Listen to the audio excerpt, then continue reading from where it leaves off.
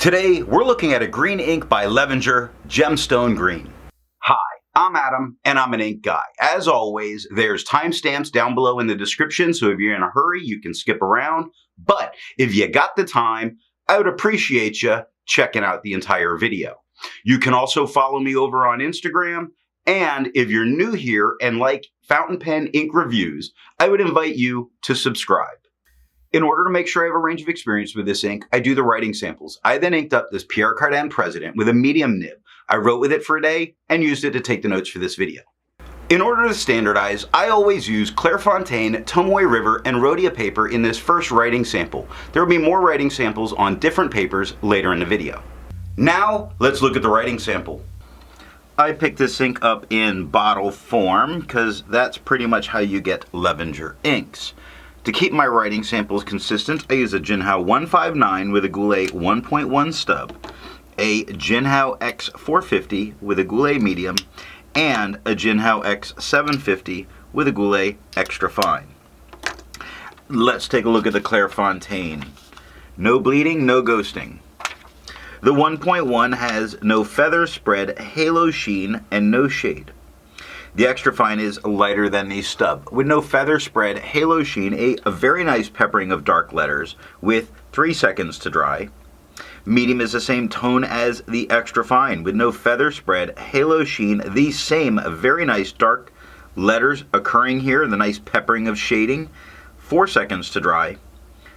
Scrubby for both show us some color variation left to right, and we do get it in the writing.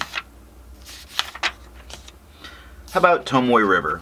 Well, no bleeding and normal Tomoe River ghosting. The 1.1 has no feather spread, halo sheen, and no shade. Extra fine is lighter than the stub with no feather spread, halo sheen, no shade, 5 seconds to dry.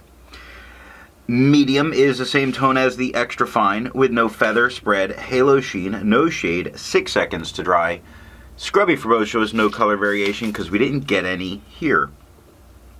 And Rhodia. With no bleeding, no ghosting. The 1.1 has no feather spread, halo sheen, or shade.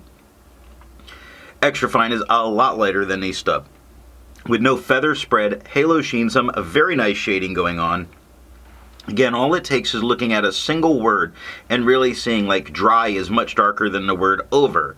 Quick starts dark, gets light, gets dark. It has very nice shading here. Only 4 seconds to dry.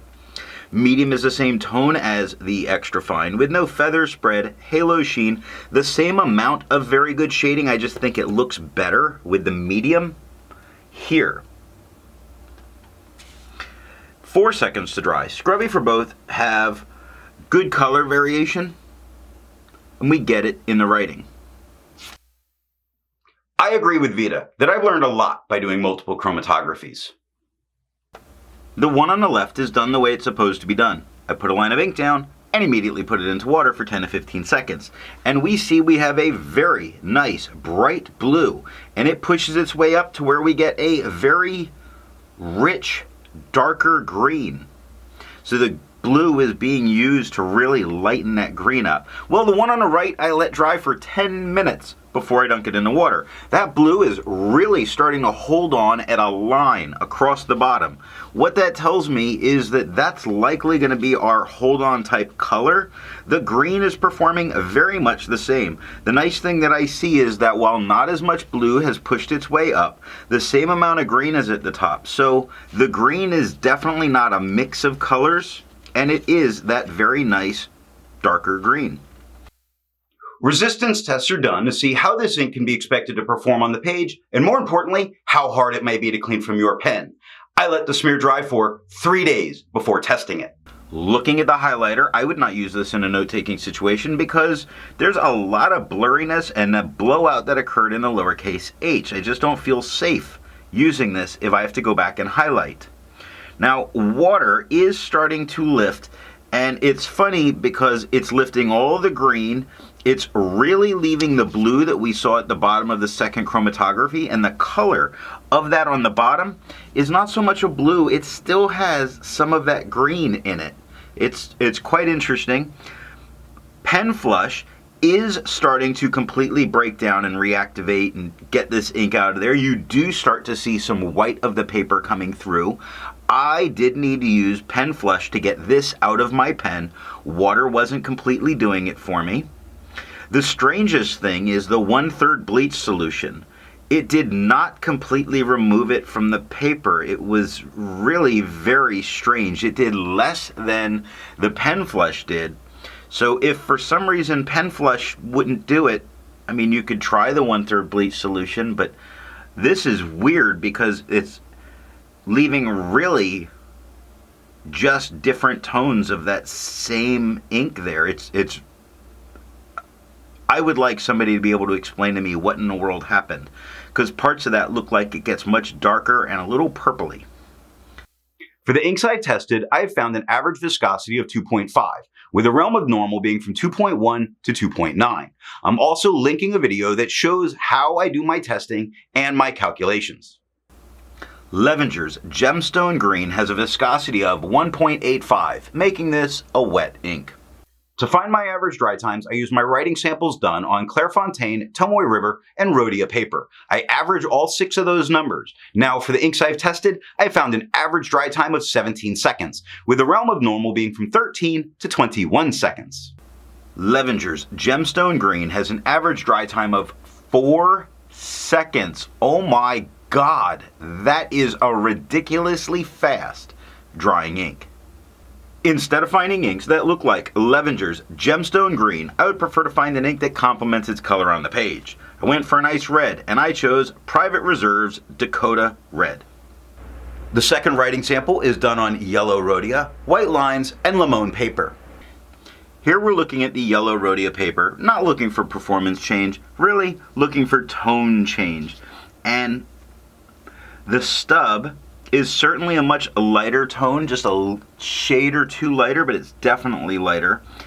Same with the extra fine, same with the medium, so it is lightening this up just a little bit, which does make some sense when you consider from the chromatography that we're adding the yellow in with the blue.